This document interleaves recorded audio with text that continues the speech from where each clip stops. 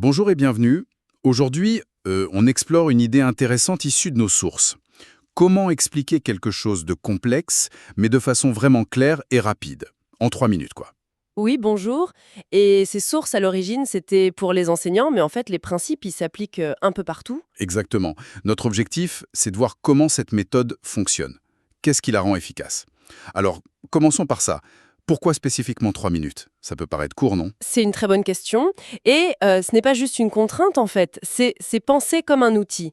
Les sources disent que ça correspond à peu près à notre fenêtre d'attention optimale quand on découvre une nouvelle idée. 2, 3 minutes, c'est là où on est le plus réceptif. Ah, d'accord. Donc si on dépasse trop, l'attention... Elle baisse. C'est ça, sans varier le rythme ou l'approche, oui, on risque de perdre les gens. Et il y a autre chose. Réussir à être concis, clair, ça renforce la crédibilité. On a l'air de maîtriser, tu vois. Et de respecter le temps des autres. Intéressant ce lien entre être bref et être crédible. Et puis, c'est vrai que savoir faire ça, synthétiser vite et bien, ça doit servir ailleurs que dans une classe. Ah mais complètement. C'est utile partout, en réunion, pour un pitch, même dans une discussion entre amis, pour expliquer un truc qu'on a lu, avec toutes les infos qu'on reçoit tout le temps. Oui, aller à l'essentiel, ça devient crucial. Bon, d'accord. Mais alors, concrètement, comment on fait pour tenir ces 3 minutes sans que ça devienne superficiel, surtout sur un sujet complexe? J'imagine qu'il y a une structure. Oui, tout à fait. Les sources proposent un cadre assez simple qu'elles appellent la matrice 30-120-30. 30, 120, 30. Voilà, c'est basé sur le temps sain. 30 secondes au début pour l'accroche. Faut capter l'attention, piquer la curiosité. D'accord. Ensuite, le gros morceau, 120 secondes, donc 2 minutes, pour développer l'idée principale. C'est là qu'on explique Le cœur du sujet. exactement. Et pour finir, 30 secondes de conclusion. On reformule le point clé, on ancre l'idée, et peut-être on ouvre un peu sur la suite. 30, 120, 30. Simple, efficace comme cadre. Mais ces 120 secondes au milieu, c'est quand même le défi. Comment on les rend accessibles? Alors là, les sources donnent un autre outil très pratique, la méthode des 4 S. C'est vraiment pour assurer la clarté pendant ces 2 minutes centrales. Les 4 S. D'accord, je vous écoute. Le premier S, c'est pour simplifier. Ça veut dire choisir des mots simples, éviter le jargon autant que possible, un mot-clé fort par idée, ça aide beaucoup. Ok, simple mais pas simpliste, quoi. Le message doit rester juste. Et le deuxième S? Le deuxième, c'est structurer. Il faut un fil logique. Souvent, un plan tout simple. D'abord, l'idée principale, puis on la développe avec 2 ou 3 points importants, des exemples. Les sources parlent de briques d'information et on termine par une petite synthèse qui annonce la conclusion finale. Logique. Simplifié, structuré. Le troisième S? Signaler.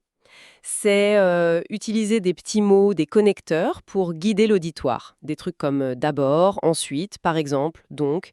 Ça aide à suivre le raisonnement. Comme des panneaux sur une route, en quelque sorte. Oui, pour pas se perdre.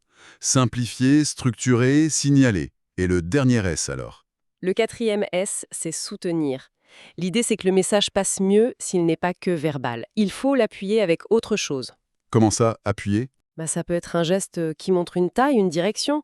Ça peut être une analogie, une comparaison qui parle aux gens, ou même un petit schéma rapide, si c'est possible. Créer une image mentale forte. D'accord. Les 4 S. Simplifié, structuré, signaler, soutenir. Ça a l'air d'un bon mémo technique. Est-ce qu'on a un exemple dans les sources pour voir comment ça marche en pratique? Oui, il y a un exemple assez parlant. Expliquer ce qu'est l'atmosphère terrestre. Ah oui, sujet potentiellement complexe. Voyons voir. Alors, pour l'accroche, les 30 premières secondes, on pourrait utiliser la métaphore de l'orange. La fine pelure de l'orange, c'est comme l'atmosphère autour de la Terre. Ça marque. Oui, c'est visuel. Et pour le développement, les 120 secondes? L'idée clé, elle est très fine, mais absolument vitale. Et là, on peut donner des briques d'infos. Peut-être un chiffre choc, genre 99% de l'air se trouve sous 10 km d'altitude.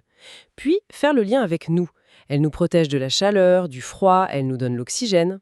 Ok, des éléments concrets. Et la conclusion, les 30 dernières secondes. On pourrait utiliser une autre comparaison forte. Si la Terre était un ballon de basket, l'atmosphère serait plus fine qu'une feuille de papier qui l'entoure. Puis reformuler, c'est un bouclier fragile et précieux. Et pourquoi pas ouvrir? Comment on fait pour la protéger? Ah oui, cet exemple montre bien comment la structure 30-120-30 et les 4 S peuvent s'articuler. c'est beaucoup plus clair. Mais est-ce que les sources parlent uniquement des mots? Non, et c'est très important. Elles insistent sur le non-verbal, justement pour le S de soutenir. C'est-à-dire? Par exemple, le regard. Balayer l'auditoire, puis fixer une personne sur un point clé. La voix aussi. Changer de rythme, faire des pauses pour souligner un mot important. Les gestes, évidemment, pour illustrer. Parfois, juste faire un pas en avant, ça peut relancer l'attention. C'est vrai que la façon de dire, ça compte énormément. C'est tout cet ensemble qui rend la communication vraiment vivante, quoi. Les sources mentionnaient aussi, je crois, des adaptations possibles et quelque chose pour le track. Rapidement. Oui, oui.